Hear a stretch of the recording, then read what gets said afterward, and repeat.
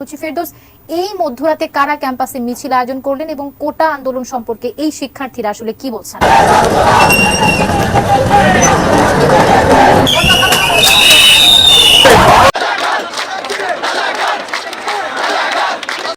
দর্শক, এইমাত্র খবর।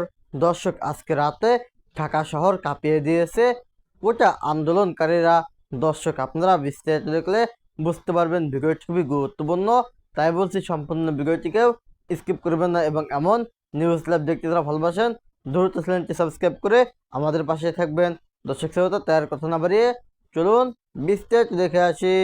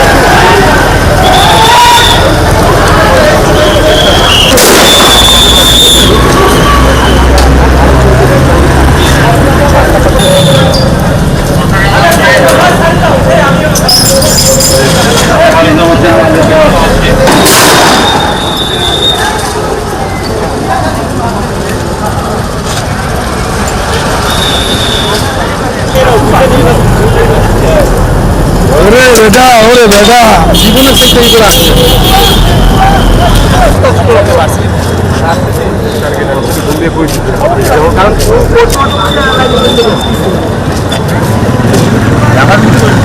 যাত্রাবাড়ি ফ্লাইওভারের ঠিক মুখে অর্থাৎ চট্টগ্রাম সড়ক ঢাকা চট্টগ্রাম মহাসড়কের চট্টগ্রাম অংশ থেকে যেই দুনিয়ার অংশ যে অংশে রয়েছে সেই দুনিয়ার অংশে আন্দোলনকারীরা অবরোধ করে এবং সেখানে যাত্রাবাড়ি ফ্লাইওভারের যে টোল প্লাজা রয়েছে সেই টোল প্লাজায় তারা অগ্নিসংযোগ করে এবং আগুন দিয়ে পুরোটা জ্বালিয়ে দেয়। পাশাপাশি সড়কে অবস্থান নিয়ে তারা অগ্নিসংযোগ করেছে। এখানে আইনশৃঙ্খলা বাহিনী, পুলিশ, র্যাব, বিজিবির যারা সদস্যরা রয়েছেন তারা চেষ্টা করছেন নিয়ন্ত্রণের, এখান থেকে যতটুকু সম্ভব রাবার বুলেট এবং টিয়ারশেল নিক্ষেপ করে তাদেরকে ছত্রভঙ্গ করার চেষ্টা করছেন।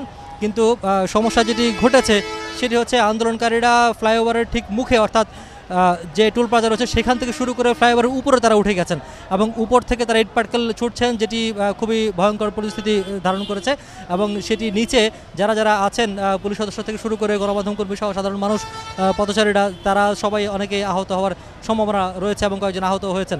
এবং আমরা যতদূর দেখতে পাচ্ছি যে আগুন জ্বলছে, আন্দোলনকারীরা সেখানে বেশ কিছু টায়ার জ্বালিয়ে তারা আগুন জ্বালিয়েছেন এবং সেখান থেকে তারা অগ্রসর হচ্ছে যাত্রাবাড়ি যে থানা রয়েছে সেই থানার মোড় যে মোড়টি রয়েছে সেই মোড়ে তারা আসার চেষ্টা করছেন এবং তাদেরকে প্রতিহত করার জন্য আইনশৃঙ্খলা বাহিনীর বিপুল সংখ্যক সদস্য সেখানে মোতায়েন রয়েছে এবং কয়েকটি স্তরে তারা ভাগ করে এবং যেই পিলারটি রয়েছে হানিফ ফ্লাইওভারের নিচে যে পিলারগুলো রয়েছে সেই পিলারগুলোর এখানে ভাগ করে তারা অবস্থান নিয়েছেন এবং সেখান থেকে প্রতিহত করার চেষ্টা করছেন টিয়ারশেল এবং রাবার বুলেট নিক্ষেপের মাধ্যমে।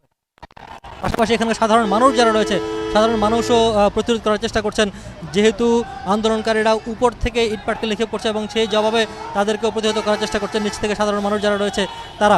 তবে এটি অনেকক্ষণ ধরে চলছে। ঠিক সন্ধ্যার পরপরই আন্দোলনকারীরা এখানে আগুন জ্বালিয়ে দেয় এবং ফ্লাইওভারের মুখে যে টোল প্লাজা রয়েছে সেই টোল প্লাজার সবগুলো বুথ তারা ভস্ম করে দেয়, অর্থাৎ আগুন জ্বালিয়ে পুড়িয়ে দেয়।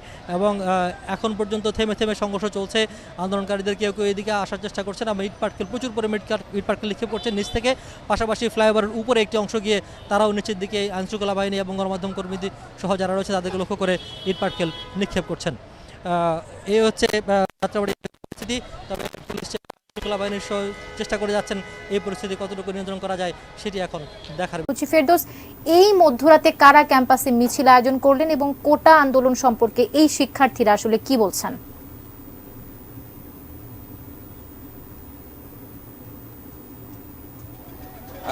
কবিতা যেটি বলছিলেন যে শিক্ষার্থীরা রাত 10:30টার পর থেকে তারা হলগুলোতে এক ধরনের খবর ছড়িয়ে পড়ে যে বিভিন্ন হলে ছাত্রদেরকে আটকে রাখা হয়েছে, অর্থাৎ যারা কোটার বহাল রাখতে চান না, কোটা বিরোধী যে ছাত্র আন্দোলন চলছে তো তাদেরকে হলে নির্যাতন করা হয়েছে, আটকে রাখা হয়েছে, এই ধরনের কিছু ফেসবুকে ছড়িয়ে পড়ে। এরপরে কিন্তু শিক্ষার্থীরা রাত 10:30টার পর থেকেই তারা বিভিন্ন হলে জমায়েত হতে থাকেন এবং ফেসবুকের মাধ্যমে ছড়ানো হয় যে বিভিন্ন জনকে রাজু ভাস্কর্যে আসতে বলা হয় এবং সেই আহ্বানে এখন শিক্ষার্থীরা রাজু ভাস্কর্যে এসেছেন। আপনি একটু দেখেন যে যারা ছাত্রী বিশ্ববিদ্যালয় এবং আন্দোলনরত যে শিক্ষার্থীরা তারা কিন্তু হল থেকে থালা বাসন এই ধরনের জিনিসগুলো নিয়ে নেমেছে এবং হলে হলে তারা গেছেন।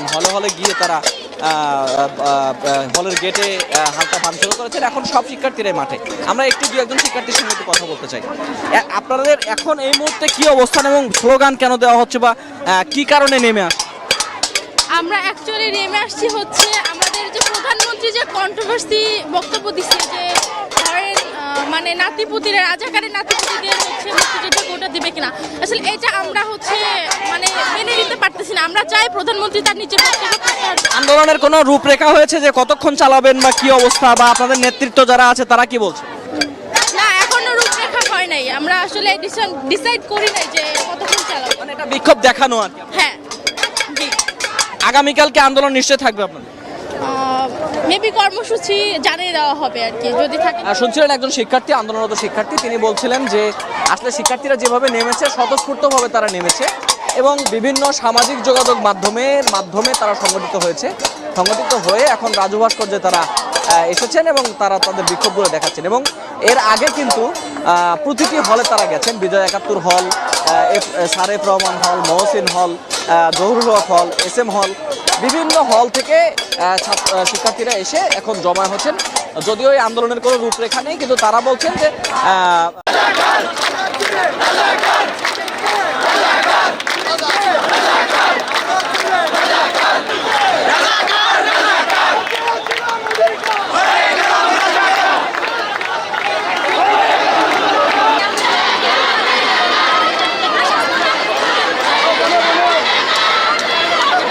সালে যখন আন্দোলন হয় তখন তিনি যে পরিপত্র জারি করছেন, আজকে নিজেই স্বীকার করছেন যে সেটা রাগের মাথায় বা বিরক্ত হয়ে করছেন। তখনও ছাত্রদের দাবির সঠিক মূল্যায়ন করেনি এবং এখনও যে করবে আমরা এমন কোনো এখনও ওইরকম আস্থা পাচ্ছি না। তার উপর যে মন্তব্য করছেন যে মুক্তিযোদ্ধার নাতিপুতিরা কোটা পাবে না, তো কি রাজাকার নাতিপুতিরা পাবে কিনা, তো এতে ছাত্র সমাজ অবশ্যই আমরা অফেন্ডেড খুব, এবং আমরা আমাদের বিক্ষোভ জানাতে এখন সবাই নেমে আসছে।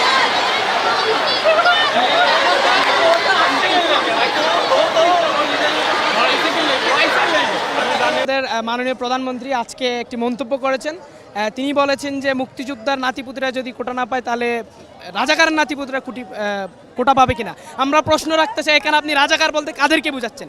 আপনি রাজাকার বলতে কি তাদেরকে বোঝাচ্ছেন যারা আজকে 10-15 দিন ধরে যারা আজকে শান্তিপূর্ণভাবে সারা দেশে আন্দোলন তুলছে, তার বৈষম্যের বিরুদ্ধে, তাদের ন্যায্য দাবির পক্ষে যারা আন্দোলন করছে, তাদেরকে যে আপনি একটা রাজাকারের ট্যাগ দিলেন, রাজাকারের নাতিপুতির হিসেবে ট্যাগ দিলেন, আমরা এটার প্রতিবাদ করছি এবং এটার জন্য আমরা শান্তিপূর্ণ অবস্থান কর্মসূচি গ্রহণ করছি।